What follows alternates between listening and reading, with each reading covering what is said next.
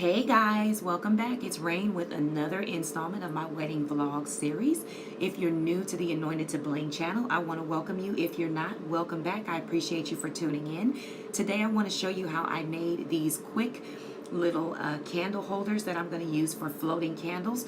These are going to be near that memory table, and I had a few extra items on hand, so I decided to make these and show you how I did it.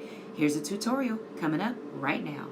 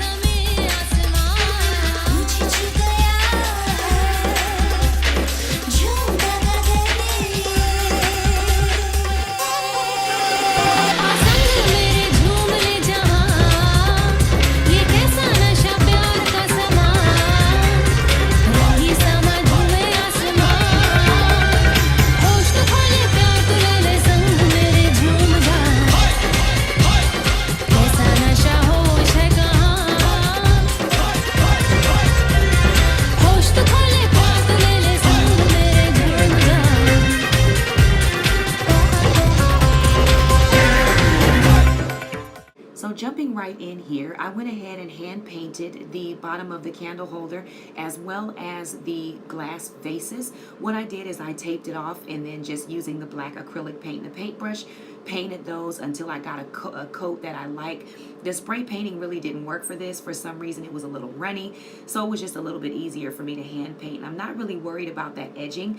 As you can see, it's not perfect. There's a couple little mishaps there, but here you can see we went ahead and blinged over that so you don't even see it, and it comes out really, really beautiful.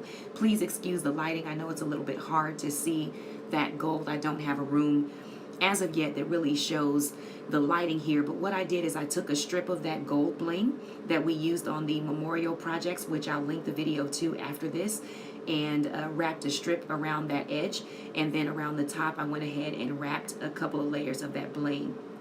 Here I am just adding the E6000 to that top of the candle holder that I'm going to attach the little square to. Now this part of the project, I'll be very honest with you guys, it wasn't easy. You'll see in a second how that square tea light candle holder is not flush, so it has that indentation, and when you're trying to insert a candle holder inside of that, it can be a little wobbly. So if you're going to do this project, you definitely want to hold it. I started out upside down just to make sure that I got a clear aspect of the sitting, and then I went ahead and turned it over, and I was able to hold it, and it was really important to sit with that and make sure that that glue dried and dried appropriately.